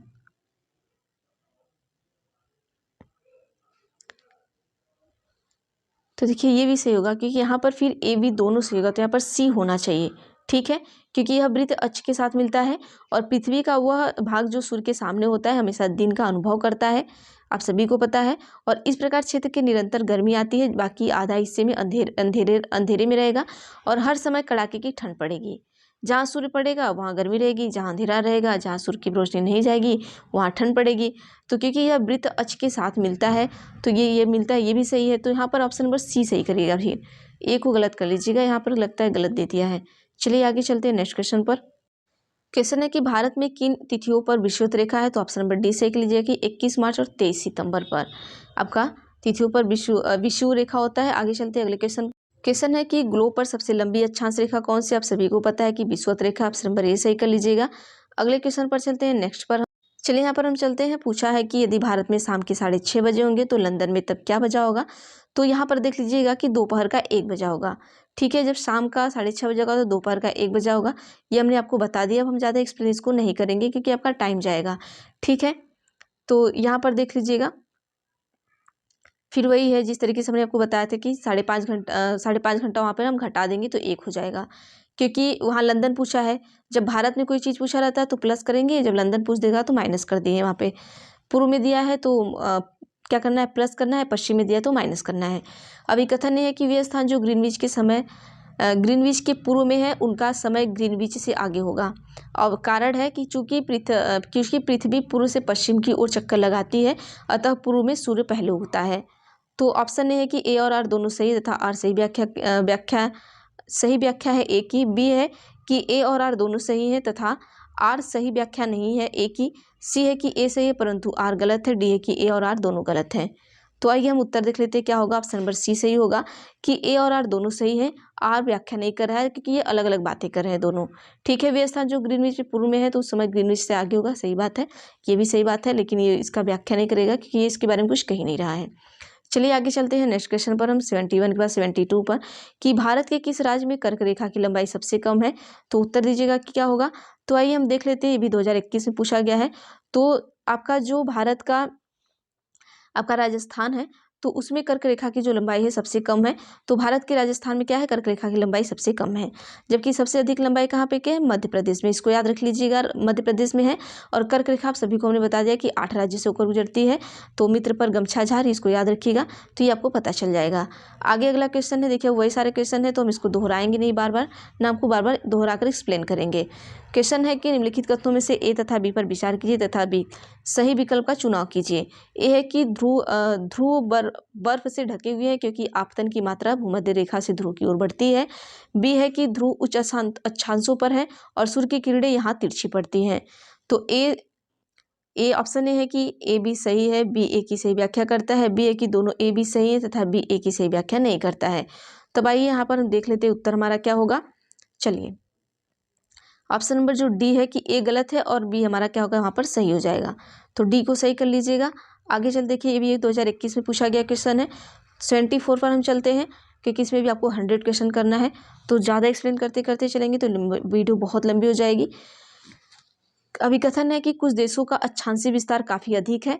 कारण क्या है, क्योंकि कुछ देशों में एक से अधिक मानक समय अपनाए गए हैं। तो देखिए होता क्या यहाँ पर है, उत्तर देख लीजिएगा, ऑप्शन नंबर बी सही होगा। ए और आर दोनों सही है, ये भी बात सही है। और आर सही व्याख्या नहीं कर रहा है, किंतु ये व्याख्या सही नहीं कर रहा है और बात तो दोनों सही है, लेकिन ये अक्षांश के बारे में नहीं कर रहा है। ये मानक समय अपनाए गए हैं, तो ये अलग ही चल रहा है, ये अलग ही चल रहा है। तो ये व्याख्या नहीं कर रहा, लेकिन सही बात दोनों कह रहे हैं। आगे है अगले क्वेश्चन पर हम चल रहे हैं। अगला क्वेश्चन आपका हो जाएगा 75 में निम्नलिखित में से मानचित्र के घटक के संदर्भ में विषम का चयन करें। तो दूरी, दिशा, प्रतीक, पैमाना। अभी हमने बताया था कि दूरी भी है, दिशा भी है, प्रतीक भी है, लेकिन पैमाना वहाँ पर नहीं आया था। तो ये क्या कह रहा है कि संदर्भ में विषम बताना था, तो डी सही हो गया। ये 2 बार देखिए क्वेश्चन पूछा गया, 15 और 21 में आपको। ठीक है, अब आइए 75 के बाद 76 पर हम आते हैं। 76 है कि अगर पृथ्वी के बराबर देशांतरी विस्तार के साथ 24 समय क्षेत्रों में विभाजित किया गया, तब प्रत्येक क्षेत्र का तक के देशांतर को घेरेगा। ए है 10 डिग्री, बी है 15 डिग्री, सी है 20 डिग्री, डी है 30 डिग्री। तो उत्तर देख लीजिए, 2021 में पूछा गया, तो आपको 15 डिग्री क्या करेगा, देशांतर को क्या करेगा, घेरेगा। ठीक है, आगे चलते हैं अगले क्वेश्चन पर। अगला क्वेश्चन आपका क्या कर रहा है कि कर्क रेखा निम्न में से किस भारतीय राज्य से गुजरती है। तो हमने आपको क्या बताया था कि 8 राज्यों से होकर गुजरती है। तो कहाँ कहाँ से, मित्र पर गमछा झार, ये हो गया। तो कर्क रेखा ये आपका हो गया। तो यहाँ पर देखिए 8 राज्य से हो गया, मिजोरम हो गया, त्रिपुरा हो गया, पश्चिम बंगाल हो गया, झारखंड हो गया, उत्तर प्रदेश हो गया, छत्तीसगढ़ हो गया, मध्य प्रदेश हो गया। तो किस भारतीय राज्य से गुजरती है। अब देखिए यहाँ पर ऑप्शन सी सही कर लीजिएगा, मध्य प्रदेश। ठीक है, क्योंकि महाराष्ट्र में नहीं है, यहाँ नहीं है, मिजोरम, त्रिपुरा, पश्चिम बंगाल, झारखंड, छत्तीसगढ़, मध्य प्रदेश, राजस्थान, गुजरात। ठीक है, इतना याद रखिएगा। चलिए आगे चलते हैं अगले क्वेश्चन पर। क्वेश्चन 78, ये भी 2021 में पूछा गया है। पूछा गया कि किस स्थान के बारे में निम्न सूचनाओं पर विचार करें। ऑप्शन ए है कि यह 30 डिग्री अक्षांश पर स्थित है, बी है कि उत्तरी गोलार्ध में स्थित है, सी है कि प्रमुख या उत्तर के पूर्व में स्थित है। ऑप्शन ए कि केवल ए और बी की आवश्यकता होगी, केवल बी सी की आवश्यकता होगी, केवल ए सी की आवश्यकता होगी, डी सूचना अपर्याप्त है। अब आइए यहाँ पर हम देख लेते उत्तर क्या होगा। ऑप्शन नंबर डी सही होगा कि सूचना अपर्याप्त है। ठीक है, अब थोड़ा सा इसको एक्सप्लेन कर लेंगे कि किसी स्थान के बारे में निम्न सूचनाओं को होना चाहिए, जैसे कि क्या होना चाहिए, आपका अक्षांश होना चाहिए, देशांतर होना चाहिए, गोलार्ध, दिशा इत्यादि। जबकि प्रश्न में ये सूचनाएं क्या है, हमें मिल नहीं रही हैं, तो ये गलत हो जाएगा। आगे चलते हैं हम 78 के बाद 79 पर चलते हैं कि अगर हम उत्तरी ध्रुव से दक्षिणी ध्रुव की तरफ जा रहे हैं तो उन रेखाओं का अनुक्रम क्या होगा जिन्हें हम पार करेंगे। अब उत्तर से कहाँ जा रहे हैं, हम दक्षिण की ओर जा रहे हैं, तो कौन कौन सी रेखाएं होंगी। तो आप सभी को पता है कि उत्तरी ध्रुव आएगा, कर्क रेखा आएगा, विषुवत रेखा आएगा, मकर रेखा आएगा, दक्षिणी ध्रुव आएगा। अब जब देखिए उत्तर से जा रहे हैं तो उत्तर ही आएगा ना, तो दक्षिण तो हटा दीजिए, स्टार्ट हम तो उत्तर से ही किए हैं। तो उत्तर के बाद ये पहले मकर रेखा नहीं आएगा, पहले कर्क रेखा आएगा, याद रखिएगा। तब उसके बाद विषुवत रेखा आएगा, तब विषुवत रेखा आएगा, तब मकर रेखा कहाँ गया, 1 2 3 चौथे नंबर पे आएगा, और लास्ट में आपका दक्षिण वृत्त आएगा। ठीक है, तो ऑप्शन नंबर ए बिल्कुल सही हो जाएगा। आगे चलते हैं अगले क्वेश्चन पर हम। देखिए अगर हम ये आपको यहाँ पे बता दिया, सेम वही चीज़ें हैं जो हमने बताया है। 80 पर देख लीजिए, अभी आपका कम से कम 20 क्वेश्चन है। क्वेश्चन है कि वे स्थान जो ग्रीनविच के पश्चिम में है उनका समय ग्रीनविच समय से आगे होगा और जो स्थान पूर्व में है उनका समय पीछे होगा। कथन भी है कि पृथ्वी पश्चिम से पूर्व की ओर चक्कर लगाती है, तो अभी हमने बताया कि पृथ्वी जो है वो सूर्य का उल्टा चक्कर लगाती है। नीचे दिए गए विकल्प में से कौन सा सही है। अब देखिए यहाँ पर होता क्या है, ऑप्शन हम देखते जाते हैं कि ऑप्शन नंबर जो सी है बिल्कुल सही होगा कि ए हमारा जो है गलत है। क्या कहा है कि वह स्थान जो ग्रीनविच के पश्चिम में है उसका ग्रीन समय आगे होगा। अभी हमने क्या बताया कि जो पूर्व में है वो आगे होगा, जो पश्चिम में है वो क्या होगा, पीछे होगा। तो ये उल्टा दे दिया है, ये गलत हो गया। तो ऑप्शन नंबर बस बी सही होगा। तो ए सही है, सॉरी बी, ए गलत है और बी सही है ना, तो ऑप्शन नंबर सी सही हो जाएगा। आगे चलते हैं अगले क्वेश्चन पर हम। Question number 81। देखिए हम इतना एक्सप्लेन कर दिए कि अब आप इन तरह जितने क्वेश्चन आ रहे हैं वो फटाफट से आप उत्तर दे सकते हैं। कि दृढ़ कथन है कि कन्याकुमारी में रात और दिन की अवधि के बीच का अंतर मुश्किल से महसूस होता है, परंतु कश्मीर में ऐसा नहीं है। कारण है क्यों? क्योंकि देशांतरी विस्तार रात और दिन की अवधि को प्रभावित करता है अगर हम दक्षिण से उत्तर की ओर जा रहे हैं। तो उत्तर क्या सही होगा? ऑप्शन नंबर जो बी है वो बिल्कुल सही हो जाएगा कि ए सही है लेकिन आर गलत है। ए तो सही हमारा है लेकिन जो आर है वो हमारा गलत है। ठीक है, आगे चलते हैं अगले क्वेश्चन पर। 82 पर चलते हैं हम। चलिए 82 में क्या है, आपके निम्न जोड़ों पर विचार करें। ऑप्शन है कि ग्रीष्म अयनांत 21 जून, शीत अयनांत 22 नवंबर, सी है कि विषु 21 मार्च। तो कौन सा सुमेल सही है ये बताना है। Option A B C D देख लीजिएगा आप सभी। तो आइए हम यहाँ पर देख लेते हैं जो हमारा 2022 में पूछा गया क्वेश्चन है। ऑप्शन नंबर ए जो है बिल्कुल सही होगा कि ए और सी सही है। ए मतलब ग्रीष्म अयनांत 21 जून को है और जो विषु है आपका 21 मार्च को, लेकिन शीत अयनांत आपका 22 नवंबर को नहीं है। तो अब हम देख लेते हैं कि शीत अयनांश आखिर कब है। तो जो हमारा शीत अयनांश होगा, ये थोड़ा सा हम इसको देख लेते हैं। शीत अयनांश 22 नवंबर को न होकर ये 22 दिसंबर को होता है। ठीक है, यहाँ होगा। चलिए आगे चलते हैं अगले क्वेश्चन पर हम। क्वेश्चन है कि ग्रीनविच में जब दोपहर के 12 बजते हैं तब ग्रीनविच में 25 डिग्री पश्चिम में क्या होगा। अब पश्चिम दिया है, पूरब में क्या है 5.5 घंटा आगे कर लेना है, पश्चिम में 5.5 घंटा घटा लेना है। तो 12 बजे अगर बजे हैं तो हम 5.5 घंटा घटा लेंगे तो कितना आ जाएगा हमारा 10:20 पूर्वाह्न आ जाएगा। तो डी को सही कर लीजिएगा।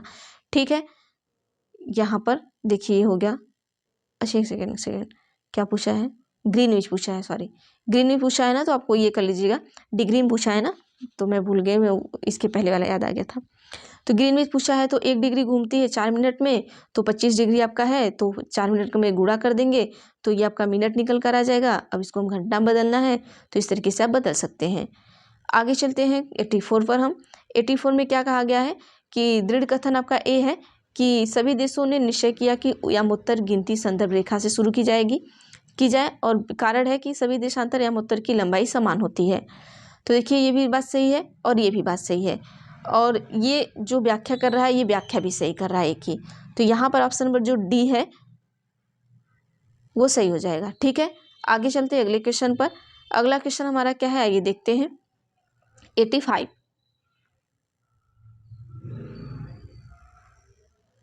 85 में आपका है निम्नलिखित कथन ए बी तथा सी पर विचार कीजिए तथा सही विकल्प का चुनाव कीजिए। ऑप्शन ए कि कर्क रेखा और मकर रेखा के बीच के क्षेत्रों को शीतोष्ण कटिबंध कहा जाता है। ऑप्शन बी है कि ताप कटिबंधों का वर्गीकरण देशांतों के आधार पर किया जाता है। ऑप्शन सी है कि शीत कटिबंध में सूर्य की किरणें तिरछी पड़ती है तथा कम ताप देती है। तो कौन सा सही है कौन सा गलत है बताइएगा। अब देखिए आप सभी को हमने शीत कटिबंध के बारे में सब कुछ बता दिया है, तो सी जो है आपका बिल्कुल सही होगा। देखिए ताप कटिबंध का वर्ग देशांतर के आधार पर नहीं, देशांतर के आधार पर आप कैसे कर सकते हैं। और ये जो आपका कर्क रेखा मकर रेखा के बीच के क्षेत्र को शीतोष्ण बिल्कुल नहीं, तो हम कहेंगे किसको आखिर, एक बार ये देख लेते हैं। देखिए जो हमारा उत्तरी गोलार्ध में उत्तर ध्रुववृत्त है और दक्षिणी में गोलार्ध में क्या है दक्षिणी ध्रुववृत्त है। तो इनके बीच क्या होता है बहुत ठंड पड़ती है, क्योंकि यहाँ सूर्य की किरण क्या होती है तिरछी पड़ती है, इसलिए इसे हम शीत कटिबंध कहते हैं। तो अब यहाँ ये दे दिया कि शीत कटिबंध क्या है आपका कि मकर रेखा के बीच कैसे आ जाएगी, ये उत्तरी और दक्षिणी गोलार्ध के बीच है। ठीक है, इसको याद रखिएगा। अब ये क्या है कि कर्क रेखा और मकर रेखा के बीच अक्षांशों पर सूर्य वर्ष में एक बार दोपहर, जब कर्क रेखा मकर रेखा आएगा ना तो वहाँ पर क्या होगा गर्मी वाला टाइम आता है कि एक बार वो वर्ष में एक बार सर के ऊपर सूर्य होता है, तब वो हमारा क्या होता है कि वहाँ पर तापमान बहुत ज़्यादा होता है। और क्योंकि जो समताप रेखाएं हैं अक्षांश समांतर होती हैं, और ताप कटिबंध का वर्गीकरण अक्षांश के आधार पर किया जाता है, ये आप याद रखिएगा। आगे है 86 में क्या दिया गया आपसे। देखिए क्वेश्चन इतने बड़े बड़े हैं कि बोलते बोलते गला दर्द करने लगता है। एक शिक्षिका अपनी कक्षा में मानक समय की थीम पर चर्चा करनी चाहती है, निम्न से कौन से कथन संप्रत्यय की चर्चा हेतु सबसे अधिक उपयुक्त होंगे। ऑप्शन ए आपका है कि स्थान विशेष का अक्षांश, बी है कि स्थान विशेष का देशांतर, सी है कि स्थानीय समय, डी है ग्रीनविच के साथ साथ स्थान विशेष की तुलनात्मक स्थिति। तो यहाँ पर देखिए होता क्या है कि 86 में हम आ जाते हैं। 86 में होता क्या आपका ऑप्शन नंबर बी सही होगा कि बी सी डी तीनों सही है। मतलब कि विशेष स्थान विशेष का देशांतर भी सही है, स्थानीय समय भी सही है, डी भी सही है। तो ऑप्शन नंबर बी सही कर लीजिएगा, बी सी डी। आगे चलते हैं हम अगले क्वेश्चन पर 87 पर। 87 में क्या पूछा है कि एक बच्चा समय क्षेत्र का मानचित्र पढ़ते समय हुए सवाल को पूछता है कि मानचित्र पर +5, -5, +3, -3 आदि क्यों अंकित किए गए हैं। और बच्चे के इस प्रश्न का उत्तर स्पष्ट करने के लिए शिक्षिका को कक्षा में चर्चा में निम्न में से क्या क्या शामिल करना चाहिए। अब बच्चा पूछ दिया आपसे कि +5 +- ऐसे पूछ दिया तो आप क्या करेंगे, आप शिक्षिका हैं तो देखिए अंतर्राष्ट्रीय समय क्षेत्र बिल्कुल करेंगे आप।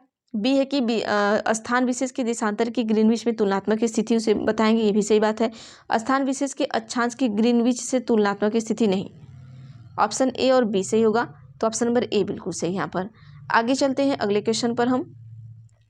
क्वेश्चन नंबर 88 में देखिए, अब इसको थोड़ा छोटा करेंगे क्योंकि क्वेश्चन बहुत बड़ा है। देखिए यहाँ पर क्या है कि सुश्री रोज अपनी कक्षा से पूछती है कि यदि मनुष्य ने अलग अलग समय क्षेत्रों के बिना पूरी दुनिया के लिए एक ही घड़ी रखने का फैसला किया तो क्या होगा। 4 छात्र निम्न उत्तर देते हैं। और छात्र एक है कि देशांतर रेखाएं अब किसी काम की नहीं रहेंगी। छात्र दूसरा कहता है कि दुनिया के विभिन्न हिस्से में मौसम बदल जाएगा। तीसरा छात्र कहता है कि दुनिया के सभी हिस्से में दिन और रात एक साथ होंगे। चौथा छात्र कहता है कि कुछ देश के लिए सुबह 5 बजे होंगे और कुछ के लिए 7 बजे होंगे। और वैचारिक अस्पष्टता को बढ़ते क्रम में 4 छात्रों को व्यवस्थित करें। अब देखिए 4 छात्रों को व्यवस्थित करना है तो ऑप्शन नंबर डी को सही करिएगा कि दूसरा पहले हम लिखेंगे कि दुनिया के विभिन्न हिस्सों में मौसम बदल जाएगा। फिर उसके बाद तीसरे वाले का जाएंगे कि दुनिया के सभी हिस्से में दिन रात एक साथ होंगे। ये भी पहले मौसम बदलेगा, दिन रात एक साथ होने लगेंगे। फिर एक में आ जाएंगे कि देशांतर रेखाएं किसी काम की नहीं रहेंगी। फिर हम 4 पर आ जाएंगे कि कुछ देश के लिए सुबह 5 बजे होंगे और कुछ के लिए 7 बजे होंगे। ठीक है, ये बढ़ते क्रम में हो गए। चलिए आगे चलते हैं 88 के बाद 89 के बाद हम आ जाएंगे 90 पर। 89 में भी देखिए सेम वही है, ऑप्शन नंबर सी सही कर लीजिएगा यहाँ पर कि जब ग्रीनविच में अपराह्न के 2 समय है तो 45 डिग्री पश्चिम में क्या होगा। तो वही आपका है कि 1 डिग्री में 4 मिनट होता है। तो उसके बाद हम 45 में क्या करेंगे, मतलब कि यहाँ पर देख लीजिएगा ये हो गया आपका। ठीक है, एक बार इसको देख लीजिए कि 45 में हम 4 का गुणा कर देंगे, 180 मिनट आ जाएगा हमारा। जब 180 मिनट आ गया, 180 मिनट का मतलब कि इसको घंटा में बदलेंगे तो 3 घंटा और क्या आ जाएगा 60 मिनट, सॉरी 3 घंटा यहाँ पर आ गया। तो यहाँ पर 1 घंटा बराबर 60 मिनट का होता है। फिर उसके बाद अपराह्न के यहाँ पर जब 2 बजे ही हैं तो 3 घंटा घटाने पर अगर हम घटा दिए, क्योंकि पश्चिम में है तो हम घटाएंगे, पूर्व में रहता तो जोड़ देते हैं। पश्चिम में आपसे पूछा है तो यहाँ पर 11 बच जाएगा। ठीक है, आगे चलते हैं। 90 में क्या कहेगा, कौन से देशांतर में भारत के लिए मानक याम उत्तर माना गया है। तो आप सभी को पता है कि 82.5 डिग्री पूर्व में माना गया है, तो ऑप्शन नंबर सी सही कर लीजिएगा। देशांतर को भारत के लिए मानक याम उत्तर माना गया है तो 82.5 डिग्री पूर्व में। 91 में देखिएगा कि नीचे दी गई सूचना विशेष के आधार पर पृथ्वी के ताप कटिबंध पहचाने। ए के अत्यधिक शीत क्षेत्र, बी है कि क्षितिज से ऊपर सूर्य उदय नहीं हो पाता, सी है कि उत्तरी ध्रुव वृत्त और उत्तरी ध्रुव के मध्य क्षेत्र और दक्षिण ध्रुव के वृत्त और दक्षिण ध्रुव के मध्य क्षेत्र, डी है कि सूर्य की किरण की टेढ़ी पड़ती है और कम गर्मी देती है। तो सही विकल्प चयन करें। ऑप्शन ए है शीत कटिबंध, ताप कटिबंध, उष्ण कटिबंध, गर्म कटिबंध। तो आप सभी को पता है कि अत्यधिक शीत क्षेत्र है तो शीत कटिबंधी होगा, तो ऑप्शन नंबर ए बिल्कुल सही कर लीजिएगा। आप इसी से पकड़ लिए। और उसके बाद जैसे कि सूर्य क्षितिज पड़ेगा, सूर्योदय ही नहीं होगा तो वहाँ पर ठंडा लगेगा, और जब किरणें टेढ़ी मेढ़ी पड़ेंगी तो वहाँ कम गर्मी होगी और ठंडी ज़्यादा होगी, तो ये सही कर लीजिए। आगे है 92 में क्या करा आपसे कि विषुवत वृत्त और अक्षांश समांतर रेखाओं का उनकी स्थिति में सुमेल कीजिए। उत्तर वृत्त यहाँ पर क्या दिया है 23.5 डिग्री साउथ, मतलब 23.5 डिग्री दक्षिण। अब आइए देखते हैं और क्या है कि मकर रेखा क्या है 90 डिग्री नॉर्थ, मतलब उत्तर। विषुवत रेखा आपका है कि 66.5 डिग्री नॉर्थ, उत्तरी ध्रुव आपका है कि 0 डिग्री। अब इसका मिलान करना है। अब देखिए यहाँ पर एक दूसरे को हम यहाँ पर ऐसे ही समझा देते आपको, वैसे तो मिलान करने में थोड़ा दिक्कत होगा क्योंकि इधर उधर है। अब देखिए जो हमारा उत्तरी ध्रुव वृत्त होता है वो 66.5 डिग्री पर होगा, याद रखिएगा। उत्तर वाला 66.5 डिग्री पर होगा उत्तर में। मकर कहाँ होगा? 23.5 डिग्री दक्षिण में। मकर का याद रखिए कि कितना होगा? 23.5 डिग्री दक्षिण होगा। विषुवत क्या होगा? हमारा विषुवत रेखा क्या होगा? 0 डिग्री। यही जो बीच से विषुवत रेखा जाती है ये 0 डिग्री पर जाएगी, ठीक है। और उत्तर ध्रुव वृत्त यहाँ पर क्या होगा? 66.5 डिग्री। एक बार हम बना ही देते हैं, आपको देख लीजिएगा। जैसे ये हमारा ये गोला है, ठीक है, यहाँ पर ये बीचों बीच हो गया तो ये हमारा विषुवत हो गया, ये 0 पे जाएगा। फिर उसके बाद हमारा उत्तरी ध्रुव यहाँ पर हो गया तो ये उत्तरी ध्रुव यहाँ पर 66.5 डिग्री जाएगा, ठीक है, उत्तर में। अब जब हम मकर रेखा आएंगे, मकर रेखा हमारा दक्षिण में आएगा, ये हमारा क्या होगा? 23.5 डिग्री होगा, ये याद रख लीजिएगा। फिर उत्तरी ध्रुव पर जाएंगे, यहाँ पर एकदम पॉइंट पे जाएंगे तो ये 90 डिग्री उत्तर में होगा, ठीक है, इसको याद रख लीजिएगा। आइए चलते हैं अगले क्वेश्चन पर, 93 पर। देखिए कितना बड़े बड़े क्वेश्चन आपको दिए गए हैं। 2022 का क्वेश्चन है आपका। क्वेश्चन है कि 4 छात्र भारत का एक ऐसा मानचित्र देख रहे हैं जिसका स्केल 1 सेंटीमीटर बराबर 1 सेंटीमीटर बराबर क्या कर रहे हैं कि 100 किलोमीटर। तो अब छात्र 1 क्या कर रहा है कि चलिए अब हम अपनी कॉलोनी का एक बड़ा स्केल नक्शा बनाए। दूसरा कह रहा है कि हमारी कॉलोनी का चित्र बनाने के लिए हमें बड़े कागज की जरूरत क्यों महसूस होती है? एक छोटा कागज भी काफ़ी है। तीसरा कह रहा है कि बड़े पैमाने में किसी चीज़ का अर्थ यह नहीं है कि बड़े कागज की ज़रूरत होगी, हमें उसका स्केल बदलना होगा। चलिए हम कागज़ पर 1 सेंटीमीटर बराबर 500 किलोमीटर ले लेते हैं। चौथा कह रहा है कि नहीं, हम केवल अपनी कॉलोनी का नक्शा बनाना है, इसलिए हम 1 सेंटीमीटर का प्रयोग कम दूसरी दर्शाने के लिए कर सकते हैं। अब चारों छात्र को सैद्धांतिक स्पष्ट आधार पर बढ़ते क्रम में लिखें। अब बढ़ते क्रम में लिखना है तो आइए देख लेते हैं। तो ऑप्शन नंबर जो सी है बिल्कुल सही हो जाएगा। पहले 2 3 1 4, ठीक है, 2 3 1 फिर उसके बाद 4, ये हो गया। चलिए आगे चलते हैं अगले क्वेश्चन पर। क्वेश्चन नंबर 94 आपसे क्या कह रहा है, थोड़ा बड़ा कर देते हैं। 94 कह रहा है निम्नलिखित कथनों ABC पर देशांतर और अक्षांशों के संदर्भ में विचार कीजिए तथा सही उत्तर का चयन कीजिए। अक्षांश समांतर वृत्त होते हैं, देशांतर समांतर वृत्त होते हैं, देशांतर अर्धवृत्त होते हैं। अब सही क्या है? तो चलिए अक्षांश और देशांतर के बारे में विचार पूछा है तो सी वाला हमारा जो होगा वो सही हो जाएगा कि दोनों सही हैं। जो हमारा अक्षांश होगा मतलब कि ए और सी सही है, ठीक है, बी नहीं, बी गलत है। जो अक्षांश होता है वो समांतर वृत्त होता है, ये बात सही है। और देशांतर हमारा अर्धवृत्त होता है, ये समांतर वृत्त नहीं होगा क्योंकि यही हमारा देशांतर है इस तरीके से, तो ये अर्धवृत्त है, ठीक है। आगे चलते हैं अगले क्वेश्चन पर। हम यहाँ पर आप सभी देख सकते हैं और कार्तिक वृत्त है, मकर रेखा है, दक्षिण ध्रुव है, कितने अंश पे है, ये सभी देख सकते हैं। आगे 95 पर चलते हैं। देखिए निम्नलिखित कथन, अगर आप जैसे कि क्वेश्चन है ना, अगर आप उब जाते हैं तो आप 2x पर करके फटाफट से 2 से 3 बार देख लीजिएगा, आपको ये क्वेश्चन याद हो जाएगा। अगर यहाँ से कोई क्वेश्चन देगा तो हुबहू उठा के ही देगा। निम्नलिखित AB पर विचार कीजिए तथा सही विकल्प का चुनाव कीजिए। तो ऑप्शन ए है कि अपने स्थान पर ध्रुव तारे का कोण मापकर आप अपने स्थान का अक्षांश जान सकते हैं।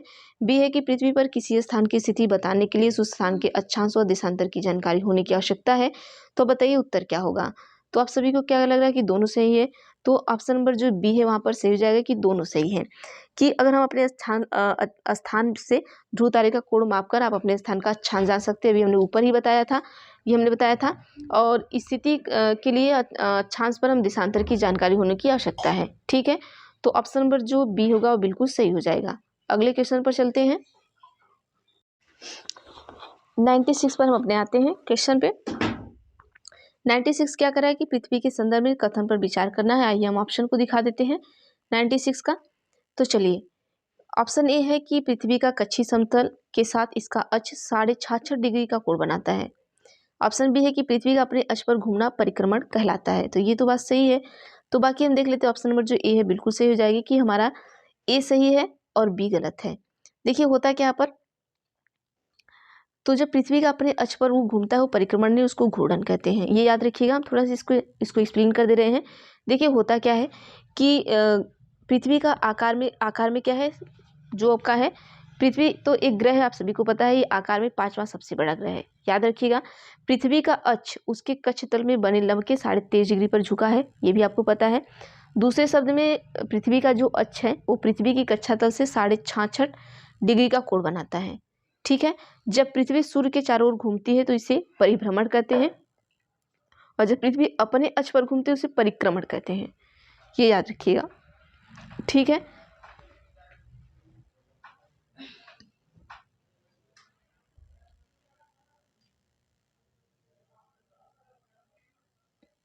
यहाँ पर देख लीजिएगा, ये ना दोनों सही है। ठीक है, पृथ्वी का अपने अक्ष पर घूमना परिक्रमण, तो यहाँ एक्सप्लेनेशन में आपका दे दिया है कि जब पृथ्वी अपने अक्ष पर घूमती है तब क्या होता है कि परिक्रमण होता है। तो यहाँ पर जो ऑप्शन है ना वो चेंज कर लीजिए, क्योंकि यहाँ पर जो ऑप्शन होगा फिर ए और बी दोनों सही है, ऑप्शन नंबर बी हो जाएगा। चलिए आगे चलते हैं नेक्स्ट क्वेश्चन पर। हम एक बार इस क्वेश्चन को आप सभी मिला लीजिएगा। ठीक है, 97 पर चलते हैं कि नीचे दिए गए वाक्य ए तथा बी को पढ़ें व सही विकल्प का चुनाव करें। ऑप्शन ए है कि प्रत्येक अक्षांश के मान के साथ उत्तर या दक्षिण भी लिखा जाता है। बी है कि प्रत्येक स्थान के देशांतर के साथ उत्तर या दक्षिण भी लिखा जाता है। तो क्या होता है यहाँ पर, आइए 2022 में पूछा गया, ऑप्शन नंबर ए बिल्कुल सही होगा कि केवल ए सही है। ये गलत है कि प्रत्येक अक्षांश के मान के साथ उत्तर या दक्षिण भी आपका लिखा जाता है, लेकिन जो प्रत्येक देशांतर के साथ हम उत्तर दक्षिण नहीं लिखते हैं। अगले क्वेश्चन पर चलते हैं। 97 के बाद 98 पर आ जाइए। 98 में है अभिकथन और कारक दिया है। तो अभिकथन है कि उष्णकटिबंध सर्वाधिक गर्मी पाता है और वर्ष भर गर्म रहता है, और कारण है क्यों, क्योंकि कर्क रेखा और मकर रेखा के बीच सभी अक्षांश रेखाओं पर वर्ष में कम से कम एक बार दिन के मध्य सूर्य सिर पर रहता है। तो ये भी बात सही है। तो यहाँ पर आप देख लीजिएगा कि दोनों सही है और व्याख्या भी सही करता है। ठीक है, तो ऑप्शन नंबर ए बिल्कुल सही कर लीजिएगा, यहाँ पर ए होगा। आगे चलते हैं नेक्स्ट क्वेश्चन पर। हम 99 में आपका कह रहा है कथन पढ़कर दिए गए विकल्प को सही विकल्प चुने। ठीक है, तो अभी कथन ये है कि विषुवत रेखा ग्लोब पर एक महत्वपूर्ण संदर्भ बिंदु है। कारण है क्यों, क्योंकि विषुवत रेखा पृथ्वी की उत्तरी गोलार्ध और दक्षिणी गोलार्ध में बांटती है। तो क्या विषुवत रेखा ये काम करती है, तो ऑप्शन नंबर ए हम कर लेते हैं, सही बात है। ऑप्शन ए सही हो जाएगा कि विषुवत रेखा जो ग्लोब के एक महत्वपूर्ण संदर्भ बिंदु है, ये भी बात सही है। बाकी जो हमारी विषुवत रेखा होगी वो क्या करती है कि वो रेखा सभी को उत्तर और दक्षिण गोलार्ध में बांटती भी है। तो ये हमारी विषुवत रेखा बीच में होती है ना, तो ये उत्तर हो गया, ये दक्षिण हो गया, इसको बांटती है यहाँ पर। चलिए, तो ये हमारा ऑप्शन नंबर ए बिल्कुल सही हो गया। तो ये हमारे 99 क्वेश्चन रहे। आगे के क्वेश्चन हम देखते हैं। आगे हमारा चैप्टर 4 आएगा आप। ठीक है, चैप्टर 4 में क्या आपका अपनी समग्रता में पर्यावरण, प्रकृति और मानव पर्यावरण। तो आज हम इसको रहने देते हैं, कल हम चैप्टर नंबर 4 को करेंगे। फिर 5, 6, 7, 8, 9 देखिए 9 चैप्टर आपके हैं, चैप्टर 4 पे हम पहुंच चुके हैं। 5 चैप्टर आपके मतलब और बचे हुए हैं, तो ये इसको हम फिनिश कर देंगे। उसके बाद आपका इतिहास भी साथ साथ में चलेगा।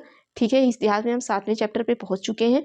तो चलिए आज के लिए इतना ही करते हैं, बाकी हम देखेंगे नेक्स्ट वीडियो में। अगर वीडियो अच्छी लगती हो प्लीज़ लाइक कर दीजिएगा और लोगों तक शेयर कर दीजिएगा ताकि ज़्यादा से ज़्यादा लोगों तक पहुँच पाए। तो थैंक यू एवरीवन, मिलते हैं हम नेक्स्ट वीडियो में।